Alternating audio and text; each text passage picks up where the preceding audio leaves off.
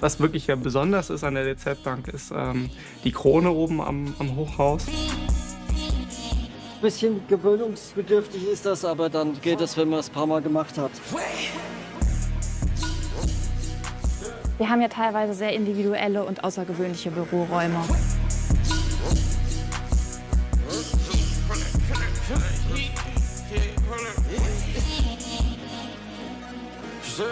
Das kann wirklich ein Wahrzeichen von Frankfurt werden. Blicke hinter die Hochglanzfassaden von Deutschlands einziger Skyline.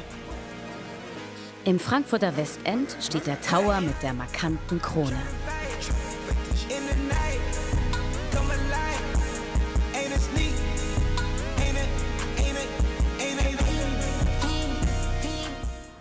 Dass vor dem Westend Tower abgesperrt werden muss, kommt nicht oft vor. Könnte was runterfallen, dass kein Passant zu Schaden kommt. Das ist ganz wichtig eigentlich. Wir werden dort oben die Strahler der Kronbeleuchtung austauschen. Momentan leuchten die alle in weiß. Wir werden LED-Strahler einbauen, bei denen wir die Farben verändern können. Also geplant ist, dass sie nachher in bunt leuchten kann. Ich freue mich schon, wenn sie fertig ist, weil es wird bestimmt ein Highlight von Frankfurt. Ich bin mittlerweile fast 10 Jahre hier und die Verbundenheit, die gibt sich automatisch. Irgendwo fühlt man das als sein Hochhaus, dass man einen Schuss halten will, dass das halt schon Standardtechnik dann wird und wo man vielleicht auch einfach innovative Sachen mit einbauen kann. Christian Eberhardt und sein Team werden die Leuchten austauschen. Wir fahren mit der Gondel von oben runter bis zur 49. Etage und versuchen dann die Lampen abzubauen. Wie ist Ihnen denn gerade zumute? Ja, schwierig. Wieso? Ja, weil die Lampentausch auf 220 Meter Höhe ist nicht alltäglich. 32 Lampen, außen und dann noch in schwindelerregender Höhe.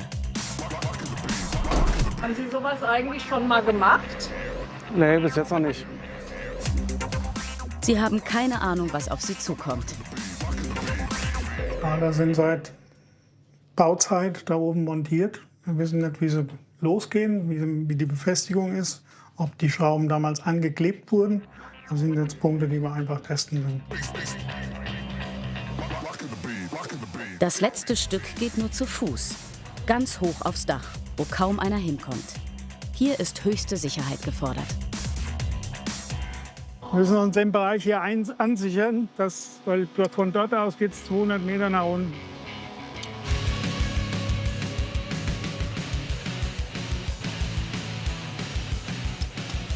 Für andere Hochhäuser gearbeitet haben sie schon. Aber so weit oben im Außenbereich? Waren Sie schon mal draußen? Draußen natürlich, klar. Ich sag mal bis so 15 Meter. Aber das sind ja noch so übliche Höhen, die man mit dem Steiger bewältigen kann. Das haben wir hier natürlich eine Außenfassadenkran. Das ist natürlich eine ganz andere Hausnummer. Das habe ich jetzt natürlich auch nicht. Das ist nicht meines. Angst nicht. Ein bisschen Respekt auf jeden Fall vor der Höhe, wenn ich es ein bisschen runterschaue. Aber Angst noch nicht. Also ich bin eher gespannt.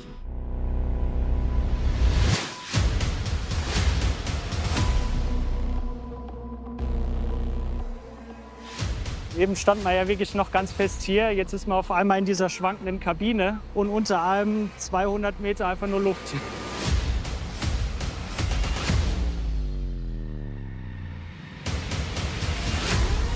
Was ein bisschen Angst, ne?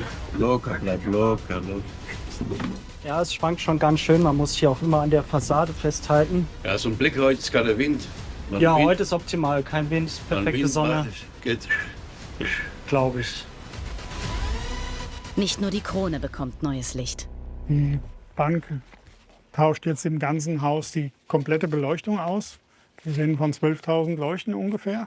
Und 20, 30 Kilometer Kabel werden wir auch neu verlegen. Wir kriegen ein ganz neues Lichtkonzept hier rein. Wird alles mit Wandlampen versehen, um auch die Kunst besser anzuleuchten, die wir hier in den Fluren haben. Und das setzen wir jetzt um. Kunst hängt in den Fluren auf allen Etagen. Überhaupt ist Kunst hier im Haus allgegenwärtig.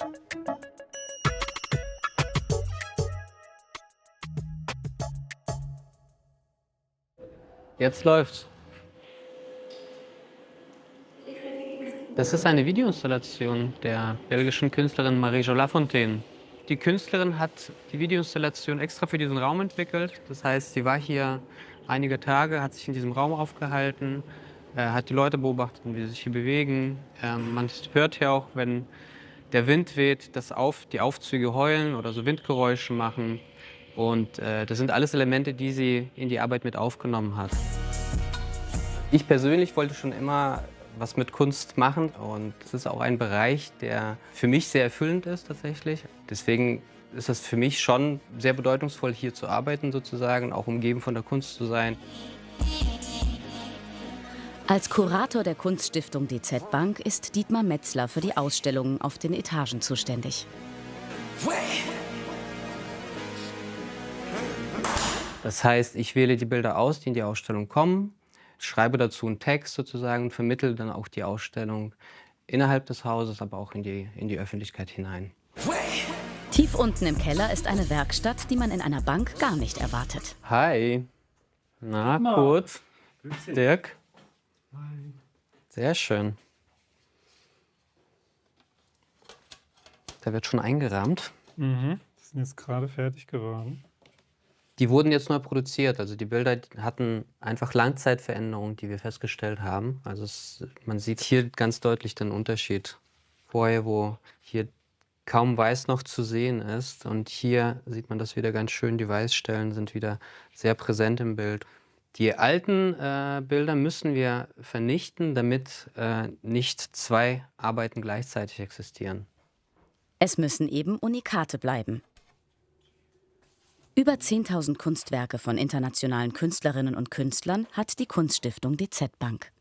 Die Sammlung ist mit ihrem Schwerpunkt tatsächlich auch eine der größten Sammlungen weltweit. Und der Schwerpunkt ist das fotografische Medium.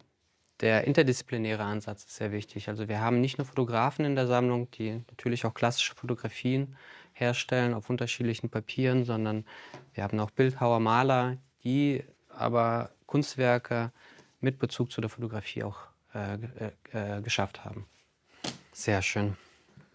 Dietmar, auf geht's. Den Text hast du auch schon? Ich habe die Texte, Namensschildchen, alles dabei. Schaut gut aus, gereinigt, alles. Sehr schön.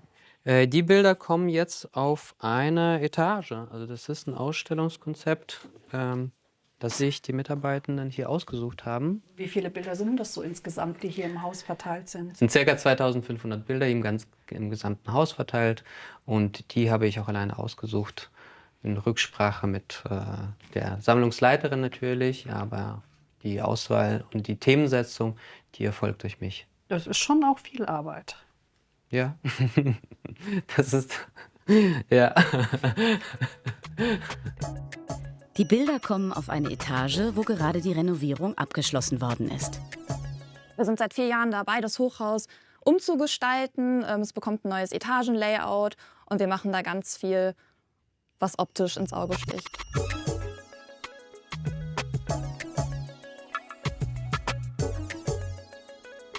Ich bereite die ganzen Stoff- und Farbmuster für den Gestaltungstermin in meinem Fachbereich vor. Was heißt das, Gestaltungstermin? Da setze ich mich mit meinen Ansprechpartnern zusammen, die mir genannt wurden für den Umbau der Etage. Und mit denen gehe ich die gesamte Gestaltung von A bis Z von den Büroräumen durch.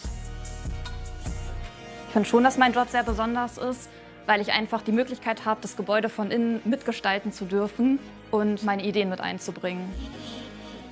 Das Besondere an meinem Job ist auch, dass ich nicht 24/7 an meinem Arbeitsplatz sitze, sondern viel durchs Haus komme. Ich sehe viele Etagen, ich sehe viele verschiedene Gestaltungen, weil keine Etage gleicht von der Gestaltung her der anderen. Das ist ja immer alles individuell mit den Fachbereichen abgestimmt. Hier haben wir jetzt ein Büro vor den ganzen Umbauten. Wir finden, dass das Bürokonzept nicht mehr zeitgemäß ist und auch nicht sonderlich attraktiv. Es ist halt viel grau. Und wir haben auch keine besonders große Vielfalt an den Arbeitsräumen. Also der Mitarbeiter hat seinen festen Arbeitsplatz oder einen zentralen Besprechungsraum. Und wir wollen den Mitarbeitern mehr Raummodule zur Verfügung stellen. Und selbstverständlich möchten wir dann die Flächen auch möglichst schön gestalten, dass die Leute gerne in die Bank kommen. Größer, heller, bunter soll es werden. Es wird aber nicht einfach über die Köpfe der Belegschaft hinweg geplant. Uns ist es wichtig, sie einzubinden, damit die Akzeptanz wächst. Also die Mitarbeiter können sich besser mit der Fläche identifizieren, wenn sie abgeholt wurden. Und wir kennen auch den Bedarf von den Fachbereichen nicht immer zu 100%. Die Ansprechpartner der Etage kommen dazu. Viele Raumplanungsmeetings haben sie schon hinter sich. Hi, Klaus-Peter. Hi. Ja, perfekt. Jetzt sind wir vollzählig. Wir sind ja auch schon recht weit mit der Planung von der gesamten Etage und heute steht nur noch die Planung von dem gemeinschaftlich genutzten Gruppenbüro aus. Also wir hatten ja schon mal was grob vorbereitet. Vielleicht finden wir was, das so in die Richtung geht. Also doch ein bisschen dezenter und vielleicht auch eher so ein bisschen ins Beige. Ins Sand schon eher, ne? Sandton. Ja. Also was wir auf jeden Fall empfehlen können, sind die Palazzo-Töne. Die kamen bisher immer sehr, sehr gut an. So, das finde ich eigentlich ganz schön. Vielleicht auch in Kombi mit dem Blau. Perfekt, dann haben wir die Wandfarbe, wir haben das Layout. Jetzt müsste ich nur noch von euch wissen, welches Sondermobiliar sich einfach für euch eignet. Ja, wir haben an eine Couch oder Sessel gedacht, um da so ein bisschen eine entspannte Zone zu kreieren. Ich fand eine Fototapete auch ganz gut, weil das haben wir bisher so in unseren Gruppen, Home Zones eigentlich noch nicht, also wir zumindest nicht. Wer hat denn jetzt hier die Gestaltung entschieden? Das haben wir gemeinsam gemacht, genau. Wir haben uns dann immer noch mal zwischendurch getroffen, haben uns verschiedene Sachen angeguckt und haben dann uns festgelegt, was wir gut finden. Wir haben uns auch eigentlich Mühe gegeben, dass wir so alle Räume ein bisschen unterschiedlich gestalten, als unterschiedliche Farbvarianten da auch zur Auswahl geben. Wie finden Sie es denn grundsätzlich, dass Sie in die Planung mit eingebunden sind? Ich finde es super toll. Wir saßen lange genug in dem Grauen. Und jetzt tatsächlich mitgestalten zu können und Farben entscheiden zu können und tatsächlich Farbe an die Wände zu kriegen, finden wir super. Das ist auch einfach mal was Spannendes, hinter die Kulissen zu gucken und mal zu sehen, was eigentlich überhaupt dahinter steckt, so eine Etage zu planen. Und es ist zugleich auch eine Verantwortung, ne? Gegenüber der anderen Belegschaft, also der ganzen Kollegen, für die man das ja mitentscheidet. Wir versuchen die zwar auch mit einzubinden, oder was heißt versuchen, wir binden sie auch mit ein. Und das macht halt unfassbar viel Freude, ja.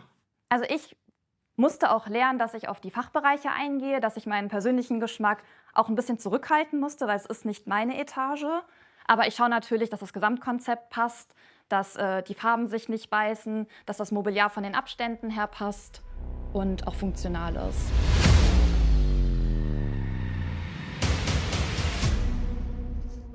Ein paar Etagen höher wird noch eifrig geschraubt. Jeder Handgriff muss hier natürlich total vorsichtig sein. Allein so eine Schraube, wenn die runterfällt, mit dem Riesenschaden, dann ist Feierabend. Die stellt einen Riesenschaden schon an. Habt ihr die Strahler schon ausgestöpselt? Ja, Spannung ist abgeklemmt. Von allen drei? Dann versuchen